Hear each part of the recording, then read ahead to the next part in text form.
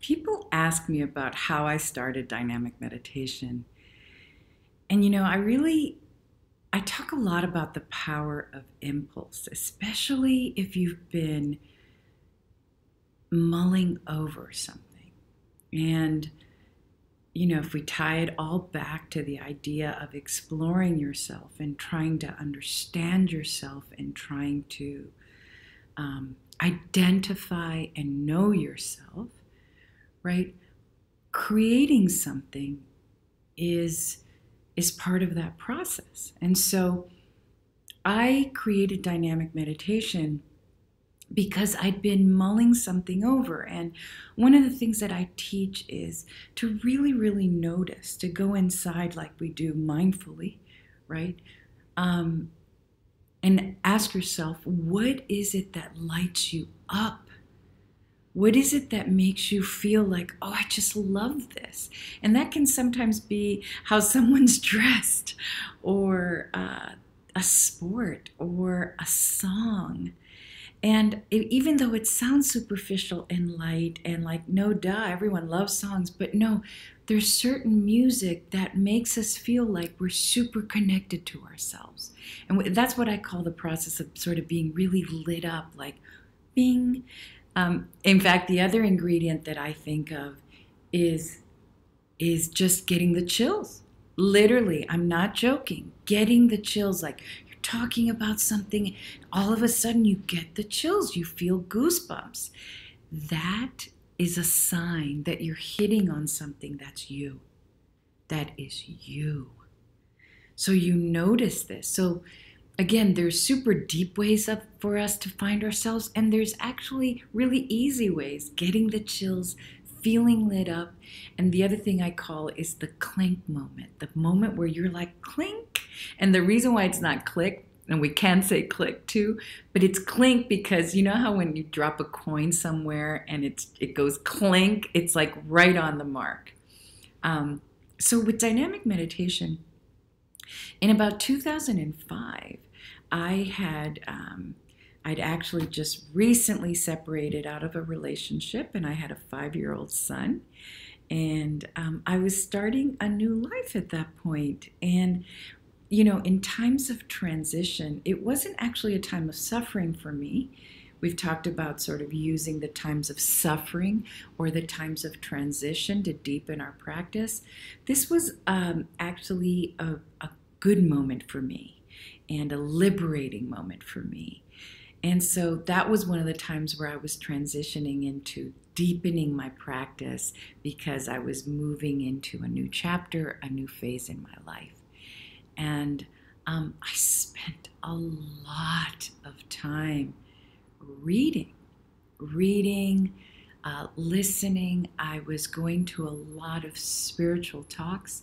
Now, my whole life I can trace having spiritual moments. One of them began in high school. I went to a Quaker high school, and I learned the process of meeting for worship. And for them, for the Quakers, really you gather as a group and you sit in the silence. And so those were like my beginning seeds of meditation, that as a group, so for some people you go to church as a group and you sing and you say prayers. For Quakers, you sit in silence together. And it was wonderful. And I was amazed that as a teenager that I just loved that. I really, really loved it. And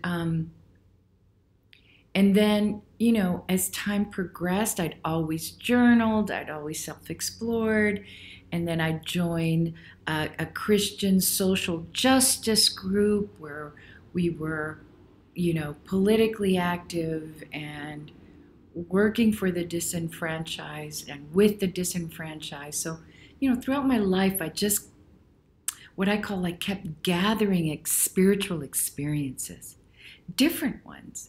And then I started doing Buddhist meditation. Then I started also learning about contemplative prayer. Now, all of this I go into more in the introductory program where I describe sort of all the bits and pieces. But what I didn't know was happening was I was gathering mastery. I was gathering mastery. And you know that I talk about myself as a translator, so I was gathering little bits and pieces from different traditions, literally from different traditions. And I was starting to pull it all together without knowing, unconsciously. Well, the year after 2005, I started doing it consciously. And I was reading everything. I was reading Wayne Dyer and Louise Hay. These are all incredible masters. I was reading Thich Nhat Hanh. I was reading Neale Donald Wells, sort of people who felt like they were taking dictation. I read the Course in Miracles, and I did many of their work. But this year, I just started to feel. I was doing maybe hour-long and 2-hour-long meditations in the morning. So I was deeply in this process, and I kept getting the experience of clink, of lighting up around this emerging need, call to bring it all together. To bring it all together in a way that people could understand. Because I knew that some people have their own traditions, and so it's hard for them sometimes to understand someone else's tradition. The other thing that I realized is sometimes these concepts, spiritual concepts, are too abstract for people. And I just wanted to bring it home. I just wanted to make it portable, practical, something that we do and use in our everyday life. And that just kept stirring and stirring and stirring for me. So I started writing things down, and I started making columns, like, let's say, Lester Levinson, who's one of my absolute favorite teachers, he was just a scientist, a physicist, who had been given 3 months to live, so he just buckled down on his own methodology. And again, in the intro, I'll talk way more about that. I go deep into all of these. And then contemplative prayer, sort of traditional contemplative prayer that monks and Christians used in ancient times and in current times. Sort of a column on Buddhism, a column on Judaism, like a column on the 12-step programs, because it's spiritual and in a non-invasive way. It reformats the mind. So I kept doing and then the across columns would be like where they're similar and where they were different. Okay? And all of this started forming into my own methodology, which is dynamic meditation. Okay? And so it's almost like I was a student that was curating her own process.